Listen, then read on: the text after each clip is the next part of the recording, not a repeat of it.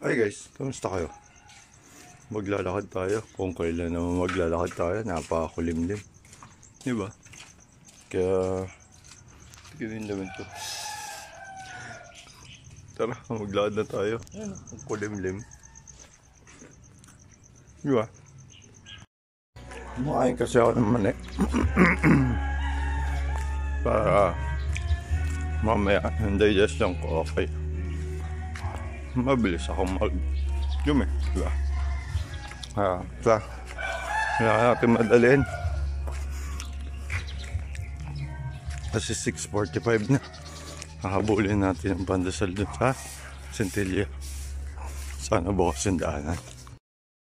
Mukhang hindi na tayo aabot. 6:48 na eh. Nandito pala tayo sa Abilon. Diba? Eh kung bukas yun, possible.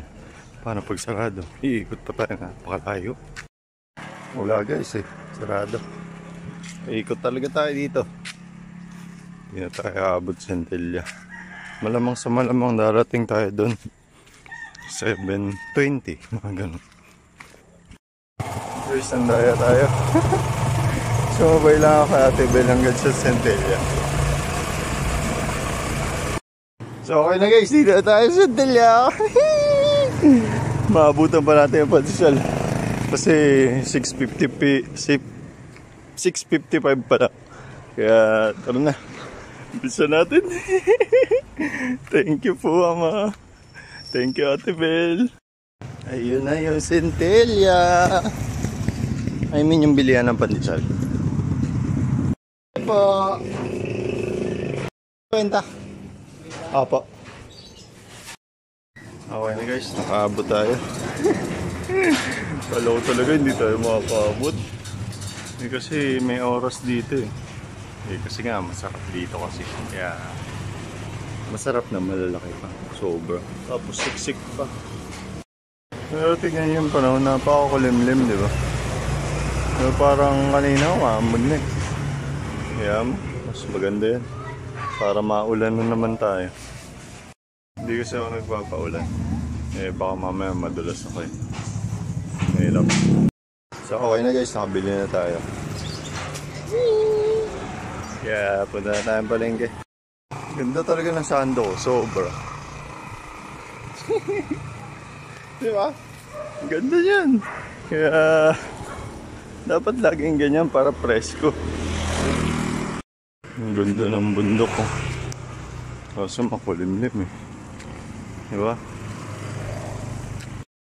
Amang banal. Ikaw pa rin bumbahala sa akin.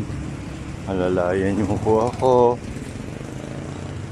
Pasapitin po ako. Payapat ligtas sa aming tahanan. Di man po ako makakadaan sa iyong banal na tahanan. Patuloy mo akong gabayan.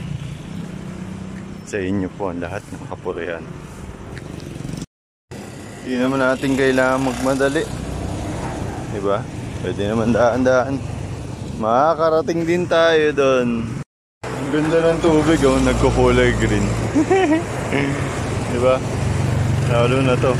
Lalo na yung bundok. Yung mga bundok. Ang Sierra Madre ng Montalban. Kaya tara na. Diretsuin na natin yan. Para makauwi rin tayo kaagad. O, diba guys? Karating din tayo. Diba? Hi guys, dito na tayo sa palengke. Kaya bibili na lang muna ako ng mga dapat kong bilhin dito. Parang masarap kasi mag-ulam ng pansit. Unhealthy muna tayo. Kaya yun muna yung bibili natin. Tapos bibili tayo ng munggo. Hindi ko sure kung ngayon o bukas eh. Mister ko kasi pansit. Kaya mamaya ulit. Bibili lang muna ako ng mani. Kasi konti na yung mani ko doon. Dito na tayo sa suki ko sa Nyog. Bali, dito rin tayo bumibili ng mani. You know. Tapos nandito na rin naman ako sa suki ko sa gulay. Kaya tingin lang muna tayo. Magkano yung kalabasa mo tayo? Okay na guys, nakabili na tayo. Kaya tricycle na rin. Pati tayo. Hi guys, nandito na tayo sa aming tahanan. Kaya naman maraming salamat sa ating Panginoon Diyos sa patuloy niyang pag-iingat at pag-alalay sa akin. Pinasapit niya ako ng payapat ligtas dito sa aming tahanan. Kaya naman thank you rin sa inyo lahat guys na sumama. Bye bye! So hi guys, kamusta kayo? O diba, buti na lang nakarating tayo ng payapat ligtas dito sa aming tahanan ng hindi nabutan ng ulan. Diba? Kaya yung sinabi ko sa inyo, magluluto tayo ng pansit. Kaya nahiwa ko na rin yung mga sangkap. Umpisahan ko na rin ito. Nagsalang na rin ako ng kawali. Wait lang. Lulutuin nga pala natin ngayon is Mickey Bihon. Unhealthy food muna tayo ngayon. Pati yung sahog niya, unhealthy talaga. Ayan. Natural na karaniwan. Diba? Naglagay na ako ng mantika. Umpisahan natin to. Iprito muna natin to, sangkot siya natin ng gusto para maluto siya ng mabuti. Balikan natin yung maluto mamaya. Yan, nasangkot siya natin, takpan muna natin. Balikan natin mamaya. Di ba nasunog yung kabilang part? Takpan ulit natin. Pwede na tayo. Tara, bisa na natin mag-isa. Wait lang, tanggalin ko lang muna to. Okay na guys, nilagay na natin yung bawang. Sasangkot siya lang muna natin mabuti. Tapos susunod natin yung sibuyas. Wait lang. Tapos nung lumabas yung lasa ng bawang, sinunod ko na yung sibuyas. Sasangkutsa ko lang din yan. Ito yung pinakasahog namin eh. Dalawang manok, di ba? Sarap. Tara. Tapos nung sakutsa natin, lagyan tayo ng toyo, tsaka yung dalawang manok, betchin, paminta. Kuha lang ang tubig, lalagyan natin. Wait lang. So okay na guys, pakukuloyin muna natin ng mabuti yan bago natin ilagay yung ibang sangkap. Balikan natin ulit mamaya. Tapos binalik natin yung main sahog. Tapos yung gulay, susunod ko na rin. Pakukuloy natin yan sabay-sabay. Tapos nilagay na rin natin yung carrots. Pakukuloy natin. Ito mamaya na yan. Saglit lang naman yan eh. Diba? Pakuloy lang muna natin ito ng gusto. So, okay na guys. Wait lang. Tanggalin ko lang muna ulit. So, okay na guys. Pwede natin ilagay itong Mickey. Wait lang. So, okay na guys. Mickey Bihon. Wait lang. Haluin lang na muna natin. Tapos lakasan na natin yung apoy. So, okay na guys. Nilagay na natin yung repolyo. Habang naantay natin kumulo tong pansit. Tapos yung isa, yung sahog, nilagay ko na rin maya.